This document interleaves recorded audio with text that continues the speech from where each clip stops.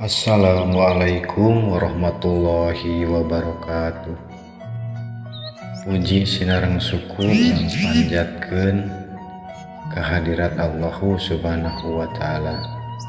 Shalawat sinareng salam anu salawasna ngucur ka junjunan urang junjunan Rasulullah Muhammad sallallahu alaihi wasallam.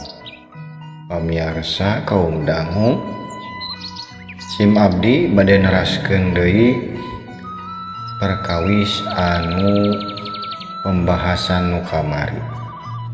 Perkawis dina guru mursyid. Masih dina bab ma'rifatullah kene. Janten urang kedah milari guru mursyid. Guru mursyid teh nyaeta anu dina Al-Kahfi 17 teh walia mursyida teh. Tah eta teh nu disebatna ulama pewaris nabi anu mung hiji-hijina di alam dunya ieu di tiap masana. Anu waris sanes anu amanah, upami anu amanah mah seueur, tapi upami anu waris mah mung hiji-hijina sareng aya legalitasna. Aya ijazahna, aya statuta pusakana, sareng aya gelombang mutlakna anu nyambung ka Allah. Urang wajib ngelarian guru mursyid eta. Nu mawi ditetelakeun aya dina katerangan milarian guru mursyid teh leuwih hese tibatan milarian jarum dina tumpukan jarami dinu waktu keur poe mongkleng. Tah ku abdi dieu bade dibuka dina tahapan ma'rifatullah teh guruna kedah anu mutlak nyaeta ulama pewaris nabi teh anu asli pasti mutlak eta. Eusina tos sanes jalmi deui, tos sanes manusia deui, tapi nur Allah nu mawi lamun urang tiasa pendak sareng aya dina proses baiat mungkin masukna zikir nyalira, zikir berjamaah, suluk, berabdi, babakti sareng berkorban. Margi eta teh anu disebat tarekat teh. Tarekatna para nabi anu ku urang wajib diteraskeun. Sabab nuju jalan ka Allah urang kedah ngalangkungan ka dinya jalan anu sami. Sabab mung hiji-hijina jalan ka Allah mah nyaeta aya di balik putusanana di tiap zaman. Ari diajar agama teh nyaeta diajar kenal ka Allah. Cenah seueur anu ngaguruan agama eta mah guru syariat, perkawis syariat. Cenah bade diajar syariat mangga seueur guruna, tapi guru anu ngenalkeun ka Allah nyaeta kedah anu mutlak. Sabab upami henteu mutlak lumpatna sanes ka Allah nyaeta ka setan teh. Wajib pisan pikeun urang ditetelakeun dina Quran oge seueur anu nerangkeun jalmi anu ngarasa parantos sae amalna tapi sia-sia. Surat Al-Kahfi diterangkeun diaos upami teu salah mah dina ayat 103 dugi ka 100 genep upami teu salah. Dirinya ditetelakeun jalmi-jalmi anu alim ngayakeun patepungna sareng Allah mangka eta lumpatna janten sia-sia.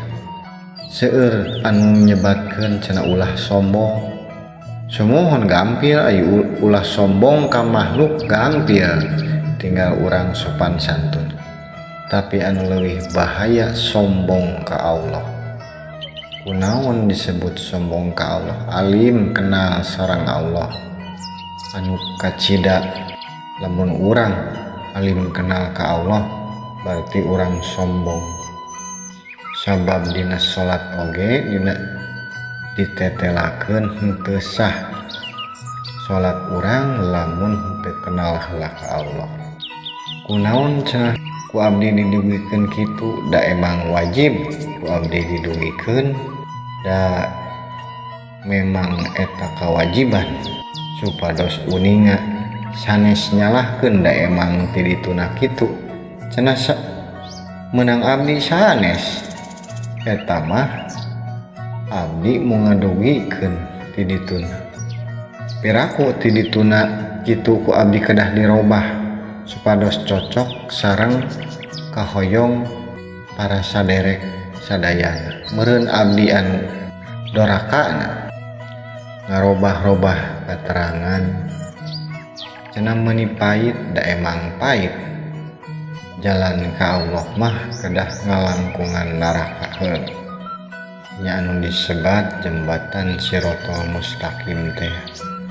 Tah upami urang hoyong kenal ka Allah, ngarakeun diri ka Allah, urang mapai jalan kedah lebet heula kana portalna mutu qoblaan tamutu nyaeta kedah tiasa maut sateu acana mati, kedah bisa nganjang ka poe pagetu. Ain maut sateu acana maut teh sanes nunda letah disatukangeun elingan, tapi rohani urang bakal dibangkitkeun, kasadaran urang bakal naik. Lamun dina bahasa eta mah naik dimensi.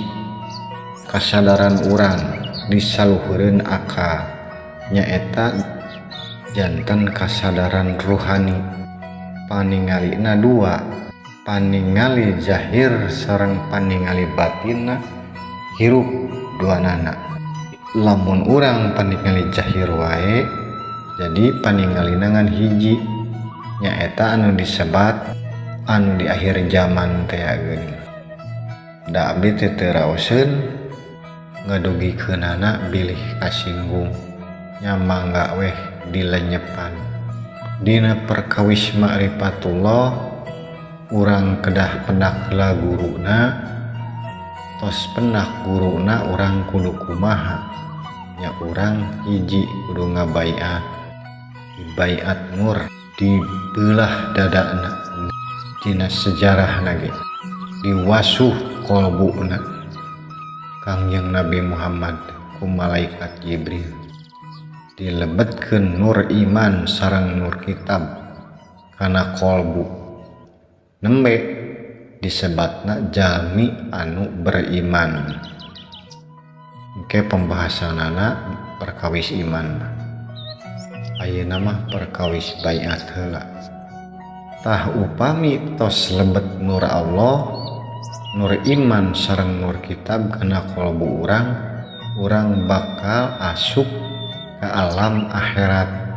Tapi prosesna henteu gampil, butuh perjuangan sareng pengorbanan dina ngajalankeunana, dina praktekna.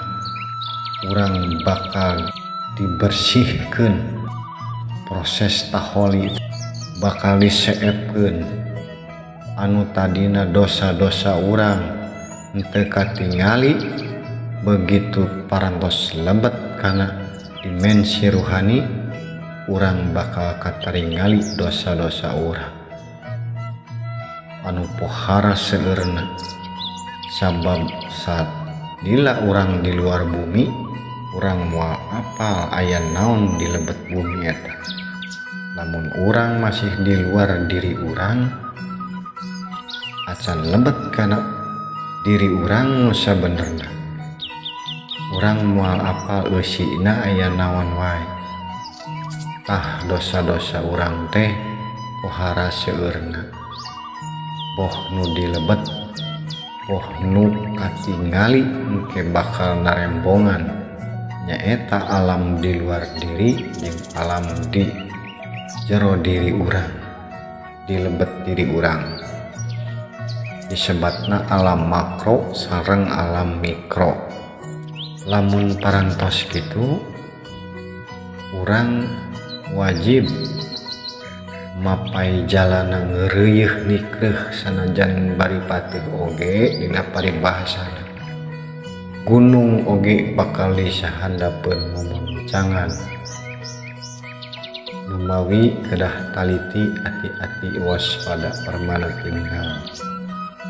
Urang ulah sok tuturut munding dina perkawis agama mah. Sabab munding teh pan dibawa ku garong oge ngiclik we. Teu apa eta garong nya nutur terus. Seseueurna dinu perkawis agama teh kitu. Seseueurna ngudag anu ieu mah cenah resep ieu ustad anu mah. Agama mah sanes kitu. Sanes milarian anu resep, sanes milarian anu pikasirieun. Tapi anu tiasa ngenalkeun urang ka Allah, anu wajib urang ku urang diudag perjalananana nyaeta jalan anu lurus ya, jalan anu lempeng, jembatan Shirotol Mustaqim. Eta jembatan teh mangrupa kias rambut dibelah 7, tomborok dibelah 7, henteu dibelah oge atanapi 7 lembar oge moal tiasa urang mentasanan kecuali aya syafaat Rasulullah. Umawi upami parantos baiat mungkin aya anu disebat syafaat ya.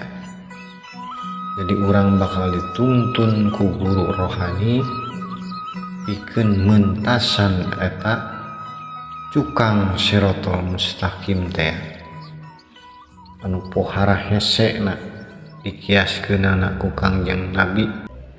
Numawi dina Quran mushaf seueur sejarahna eta, sejarah para nabi teh eta teh perjalanan ruhani, perjalanan mentas Shirotol Mustaqim.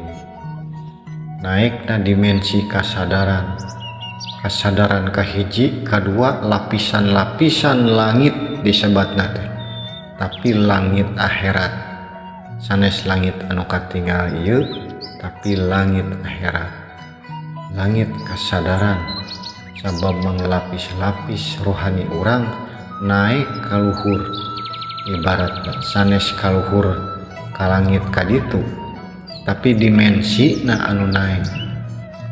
Ibaratkeun Bapak Bupati mah aya pangluhurna jabatanana, apakah di luhur langit kan sanes, tapi mangrupa dina dimensi gelombang, mangrupi dina kualitas, pami dina kualitas. Dina sakitu heula tisim kuring da HP na teh ya pan teu nyekapan. Pangapunten mungkin dilajeng deui. Billahi taufiq wal hidayah. Wassalamualaikum warahmatullahi wabarakatuh.